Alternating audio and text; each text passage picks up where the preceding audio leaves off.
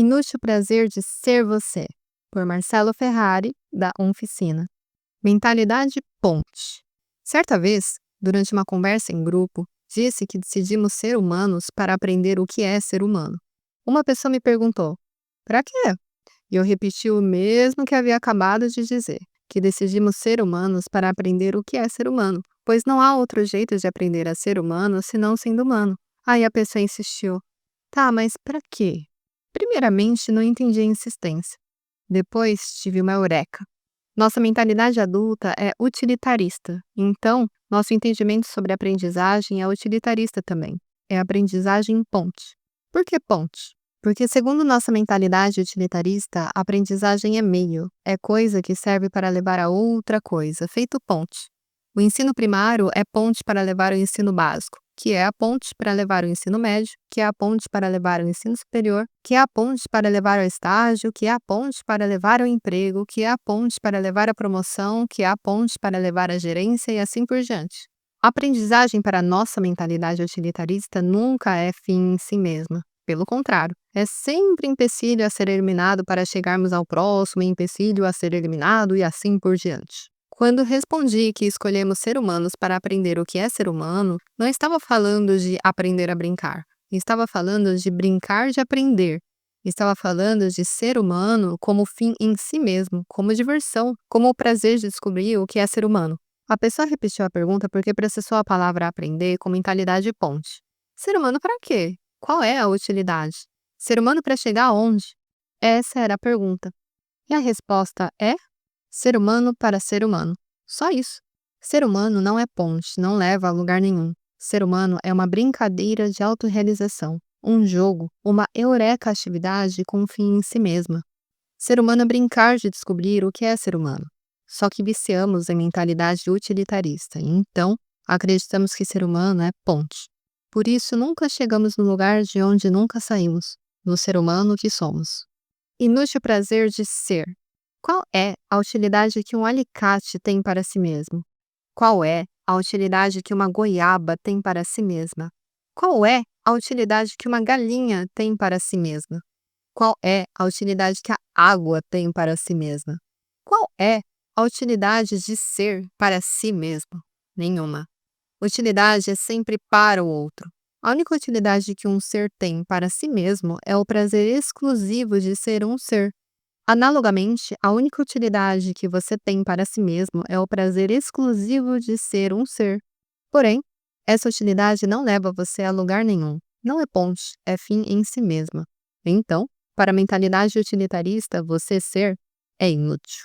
Inútil prazer de ser humano. Qual é a utilidade que ser mineral tem para um diamante? Qual é a utilidade que ser vegetal tem para uma samambaia? Qual é a utilidade que ser animal tem para um coelho? Qual é a utilidade que ser conforme uma natureza tem para si mesmo? Nenhuma. Utilidade é sempre para o outro. A única utilidade em ser conforme uma natureza é o prazer exclusivo de ser conforme tal natureza. Analogamente, a única utilidade que ser humano tem para você é o prazer exclusivo de ser humano. Porém, essa utilidade não leva você a lugar nenhum. Não é ponte, é fim em si mesma. Então, para a mentalidade utilitarista, você, ser humano, é inútil. Inútil prazer de ser um. Qual é a utilidade que ser diferente dos outros diamantes tem para um diamante? Qual é a utilidade que ser diferente das outras árvores tem para uma árvore? Qual é a utilidade que ser diferente dos outros cachorros tem para um cachorro? Qual é a utilidade que a unicidade de um ser tem para si mesmo? Nenhuma. Utilidade é sempre para o outro. A única utilidade que a unicidade de um ser tem para o próprio ser é o prazer exclusivo de ser único. Analogamente, a única utilidade que sua unicidade humana tem para você é o prazer exclusivo de ser um ser humano único. Porém, essa utilidade não leva você a lugar nenhum, não é ponte, é fim em si mesma. Então, para a mentalidade utilitarista, você, ser humano singular, único no universo, é inútil. Inútil prazer de ser você. Ferrari, eu não sinto prazer em ser eu, você pode me dizer. Ué, isso acontece porque você não vive sendo você. Você vive sendo outro. Você vive sendo o que seus pais querem que você seja, o que sua sociedade quer que você seja, o que seus professores querem que você seja, o que seus amigos querem que você seja, o que seu maridão quer que você seja, o que sua amada esposa quer que você seja, o que seus filhos querem que você seja, o que sua cultura quer que você seja, o que sua religião quer que você seja, o que os comerciais de televisão querem que você seja. Enfim, você vive sendo o que o outro quer que você é você, único, ímpar, singular, diferente, mas você vive em uniformidade. É por isso que você não sente prazer em ser você. Você vive sendo cópia do outro, que vive sendo cópia do outro, que vive sendo cópia do outro e assim por diante. Quando você vive sendo você, originalmente você, singularmente você, inutilmente você, é inevitável sentir o inútil prazer de ser você, também conhecido como felicidade, maior prazer do universo. Quando eu vivo sendo eu, quando você vive sendo você, surge no universo o maior prazer do universo. O inútil prazer de sermos nós. Esse prazer universal não serve para nada, não é ponte, não nos leva a lugar nenhum, é fim em si mesmo. Então, para a mentalidade utilitarista, é a coisa mais inútil do universo. Maior desprazer do universo. Quando eu me proíbo de viver sendo eu, quando você se proíbe de viver sendo você, surge no universo o maior desprazer do universo. O útil desprazer de não sermos nós. Esse sim é ponte. Esse sim serve para nos levar de volta ao inútil prazer de sermos nós. Autorrealização. Imagine que você ainda não é ser humano. Você é um ser, mas não é humano. Daí, você decide brincar de ser humaninho. Mas antes de entrar na brincadeira, você decide investigar um pouquinho só para saber do que se trata. E aí você vai conversar com alguém que já conhece a brincadeira. Como funciona a brincadeira de ser humaninho? É uma brincadeira de autorrealização. Ah, mas como assim? Você precisa responder sim ou não. Nossa, mas só isso? Sim ou não? Exato. Só responder sim ou não. Hum, responder para quem? Para si mesmo. Como assim? Sim para mim ou não para mim. E só isso mesmo? Só isso. Sempre a mesma pergunta. Tá, mas o que acontece quando eu respondo sim para mim? Aí você experimenta o inútil prazer de ser você. E quando eu respondo não?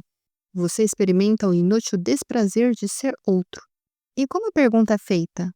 Através de circunstâncias. Então são muitas perguntas? Todas as circunstâncias são a mesma pergunta. Nossa, é muito simples essa brincadeira, hein?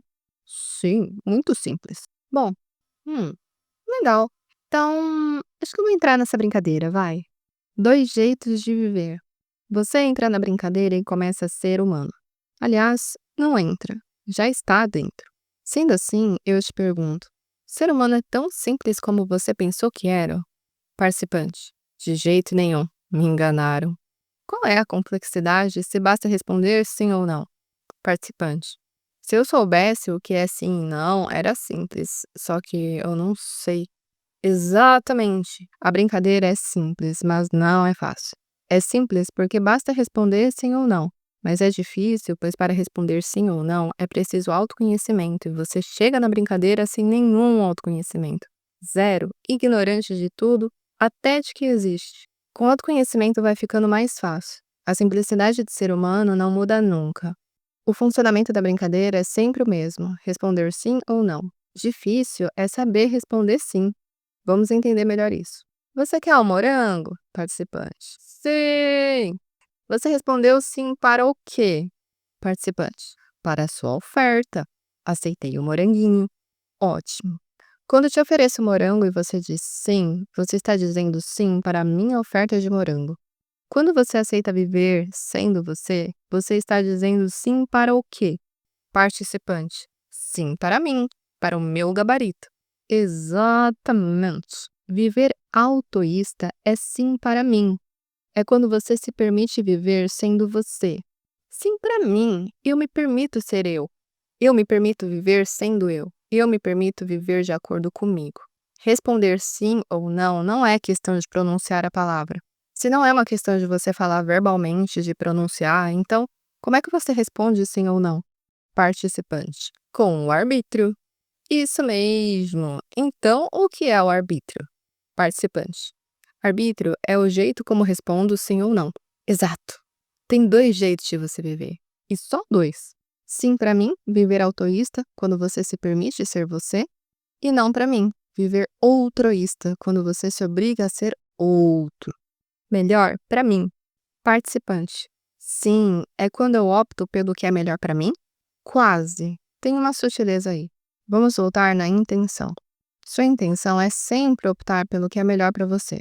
Você sempre quer o bem. Você nunca intenciona optar pelo mal. Ninguém tem essa intenção. Então, a intenção é sempre pelo bem. Isso é natural.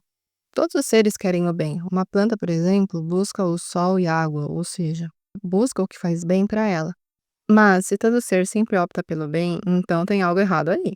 Pois na prática não é isso que acontece com você. Então, o que é que está errado? Participante. Eu acredito que é melhor, mas me engano. O que está faltando é a palavra acreditar. Você não opta pelo que é melhor, você opta pelo que acredita que é melhor.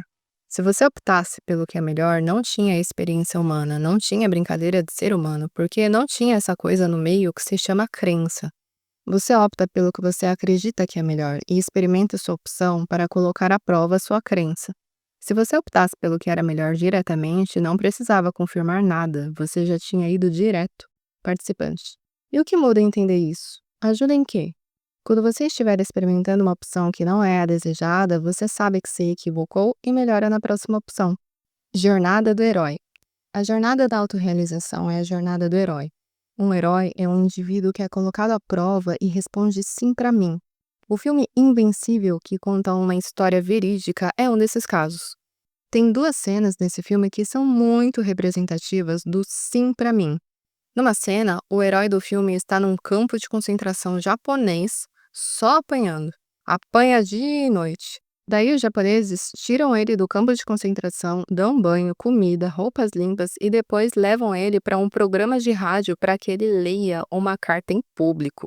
Não vou dizer isso, ele diz aos japoneses. Por que não? Perguntam os japoneses. Porque isso é mentira, responde o rapaz. Se não ler, irá voltar para o campo de concentração, ameaçam os japoneses. O rapaz havia saído de um buraco sujo, fedido, e estava no restaurante de um hotel chique, comendo ovos mexidos, tomando suco, sentado numa cadeira confortável, mas optou por voltar para o campo de concentração. O rapaz não se vendeu ao suborno. O rapaz optou pelo sim para mim. Outra cena representativa do sim para mim é a cena final. O rapaz leva uma porrada na perna e mal consegue ficar em pé. O sargento ordena que ele levante uma viga de madeira acima da cabeça e fique segurando. Se deixar cair, será baleado. O rapaz olha para o sargento e o sargento lhe ordena abaixar a cabeça. Não olhe para mim! E o que o rapaz faz? Problema seu! Sim, para mim! Ele ergue a cabeça e olha no olho do sargento, como quem diz: quer me balear? Baleia! Quer dar porrada? Pode dar, mas em mim mando eu. O rapaz não se submeteu à ameaça e à punição. Depois, ele ainda levanta a viga de madeira acima da cabeça e dá um puta grito. Um grito que faz o sargento desmoronar por dentro. Que grito é aquele? Sim pra mim! O sargento não sabe o que fazer. O que fazer contra um ser que opta pelo sim pra mim? Nada. Quando você opta pelo sim pra mim, pelo inútil prazer de ser você, o outro pode te bater, chicotear, triturar, nada adianta. Você usa o seu arbítrio e o outro perde todo o controle sobre você. Tentação do altruísmo. Participante. Eu achava que sim para mim tinha que agradar ao outro também.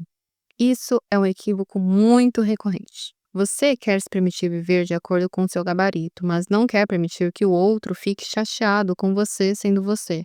Assim você continua preso no altruísmo, pois para evitar isso, ou você volta atrás e veste o gabarito do outro, ou então fica brigando com o outro para aceitar você sendo você.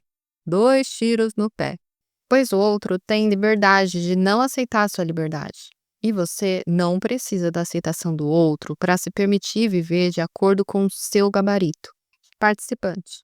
mas o outro faz pressão, faz chantagem, etc. Isso! A tentação do altruísmo não é pouca. Se fosse pouca, todo mundo vivia altruísta. Se fosse pouca, essa brincadeira era fácil e a sociedade não estaria do jeito que está. Você vive de forma altruísta porque a pressão é tremenda. Castigo, punição, etc. Toda vez que você diz sim, o altruísmo chicoteia você, dá porrada, põe você de castigo, te prende, difama, faz o diabo. E o desafio fica maior porque são as pessoas mais queridas que colocam seu sim à prova. Sua família, seu pai, sua mãe, seu marido, seus filhos, etc. Participante. Por isso a tendência é viver altruísta? Exatamente. E quando o outro é altruísta, você dá porrada nele também. Você coloca ele de castigo, faz bico, fica de mal, deleta ele do seu Facebook, etc. Por que você nasceu nesse mundo? Você nasceu nesse mundo para destruir esse mundo. Está espantado? Tem mais. Você já está destruindo esse mundo sem dar um tiro sequer. Sua estratégia para destruir o mundo é mais infalível que a bomba atômica. É ser você. O destino de toda semente é realizar a si mesma. O destino de uma coletividade de sementes é realizar uma nova safra. Você é uma semente da nova safra humana. Você, realizando a si próprio, sendo você mesmo, por simples e inevitável consequência, está destruindo esse velho mundo e produzindo um mundo novo. Por isso, é tão transformador quando você se permite ser você. Ímpar, singular, extraordinário. Você não é estranho. Estranho é uma coletividade escravizar, explorar, segregar, prejudicar e matar uns aos outros. E você ainda tenta se encaixar nesse mundo. Por isso que dói. Você não nasceu para se encaixar, você nasceu para tirar o ser humano de dentro da caixa, entendeu? Ótimo. Prossiga. Encontro com o destino. Quando meu amigo Ricardo percebeu que seu coração pulsava feito bumbo de rock, redirecionou suas finanças para comprar discos. Por conta disso, se tornou frequentador do sebo do bairro. De tanto ir ao sebo, acabou arranjando um emprego lá. Ser pago para ouvir música e vender discos foi o paraíso. Ricardo estava sentado no colo do seu destino, mas ainda não havia percebido. Tanto que, passado algum tempo, na expectativa de ficar rico, saiu do sebo e se tornou um vendedor numa loja de instrumentos musicais. Certa tarde, em que a loja estava vazia, um dos vendedores da loja ligou uma guitarra e começou a tocá-la. Ricardo sentou na bateria e tentou acompanhar a música. E conseguiu, facilmente, sem nenhum esforço, para seu próprio espanto. Tanto que começou a brincar com ritmo, fazendo variações e viradas. Terminada a brincadeira, o guitarrista elogiou o talento do meu amigo e o convidou para tocar bateria na banda dele. Foi nesse momento que meu amigo encontrou seu destino. Ele podia até ficar rico trabalhando com vendas, porém, não podia mais alegar a ignorância. Seu destino estava óbvio, estava escorrendo em sua cara junto com o suor. Além de ouvir música, posso fazer música também, Ricardo pensou espantado. Cumpra sua missão.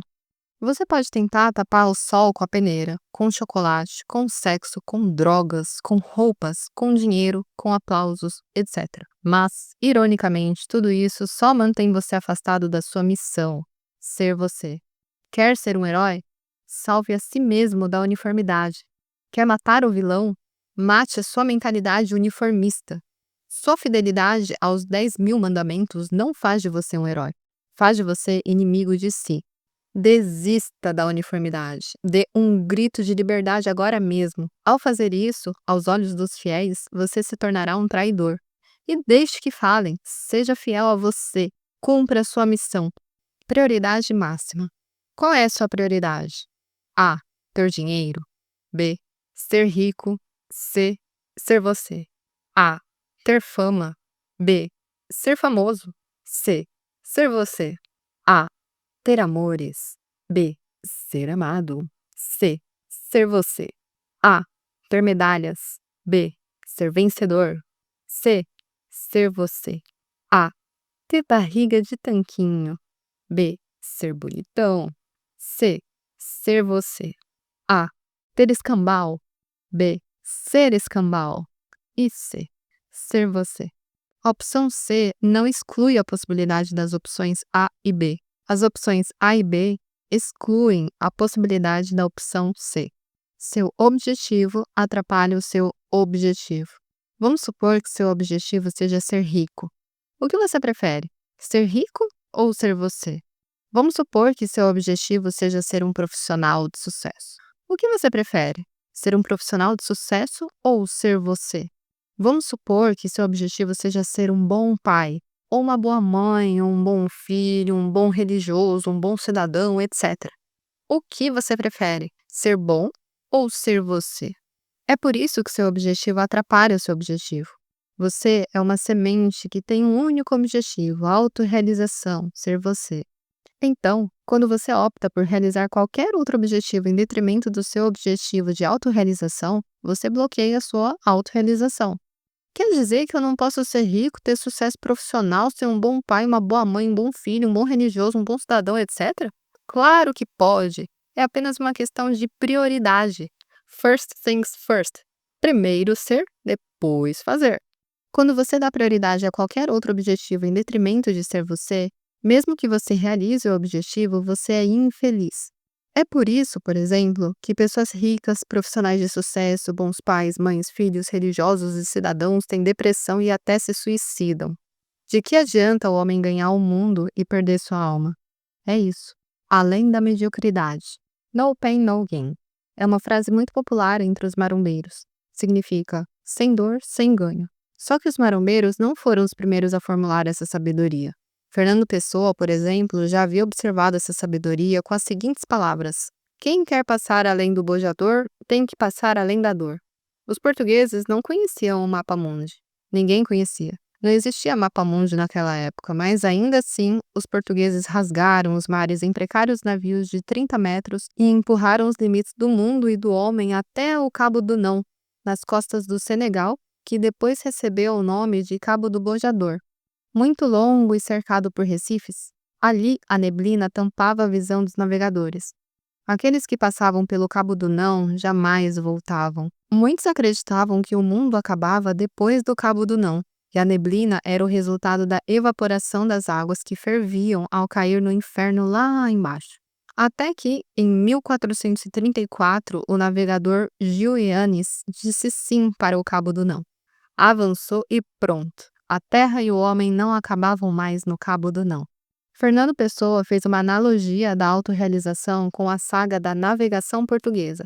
Bojador é uma metáfora para a mediocridade.